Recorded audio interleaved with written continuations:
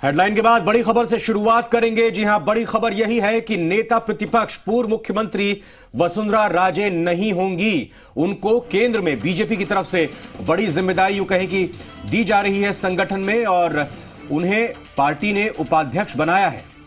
तो आपको बता दें, पार्टी ने वसुंधरा राजे को केंद्रीय संगठन में जगह दे दी है। वहीं पर वसुंधरा राजे को राष्ट्रीय उपाध्यक्ष बना दिया गया। शिवराज सिंह चौहान और रमन सिंह भी राष्ट्रीय उपाध्यक्ष बनाए गए हैं। लेकिन अगर प्रदेश की बात की जाए तो वो नेता प्रतिपक्ष नहीं होगी। कोई नया नाम इसे लेकर सामने आ सकता है। लगातार कशमकश जारी है, लगातार चर्चाओं का दौर जारी है, लेकिन ये जो फैसला है वो केंद्र की ओर से किया जाएगा। तमाम जो नेता है बीजेपी के, वो ये बात साफ कर चुके हैं। तो जो लगातार अटकलें चल रही थी कि क्या नेता प्रतिपक्ष एक बार फिर से वसुंधरा राजे ही बनेंगी या फिर कोई और बनेगा, ये यूं कहें कि ये चर्चाओं पर विराम यूं लग गया है कि वसुंधरा राजे को संगठन में जिम्मेदारी दी गई है, पार्टी ने उन्हें उपाध्यक्ष बनाया है। अब ये एक सवाल अभी भी बरकरार है कि आखिर नेता प्रतिपक्ष बीजेपी की तरफ से कौन होगा। क्या वो संगठन की पसंद होगा या फिर वो वसुंधरा राजे की पसंद होगा, ये सवाल अभी भी बरकरार है। लेकिन एक महत्वपूर्ण बात यह कि वसुंधरा राजे के तजुर्बे का फायदा, उनकी शख्सियत का फायदा बीजेपी की तरफ से केंद्र में उठाने की लगातार कोशिश है। शशि मोहन हमारे साथ जुड़ चुके हैं। इस बड़ी खबर पर हम उनसे बात करेंगे। शशि मोहन, ये तो साफ हो गया है कि वसुंधरा राजे अब बीजेपी की उपाध्यक्ष होंगी, लेकिन नेता प्रतिपक्ष कौन होगा? बड़ा सवाल यही, संगठन की पसंद होगा या फिर वसुंधरा की पसंद होगा?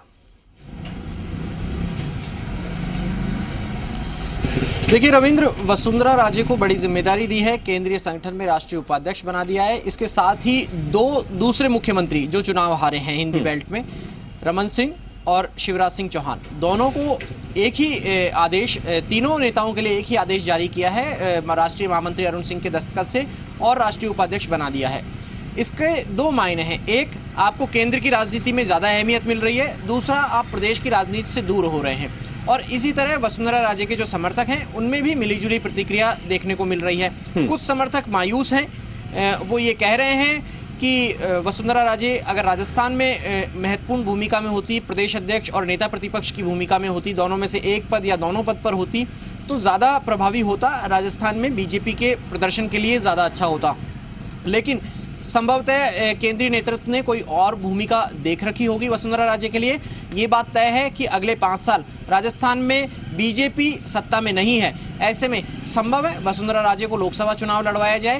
पहली प्राथमिकता 12 झालावाड़ से लोकसभा चुनाव लड़ने की होगी, अगर वसुंधरा राजे से लोकसभा चुनाव लड़ने को कहा जाता है तो।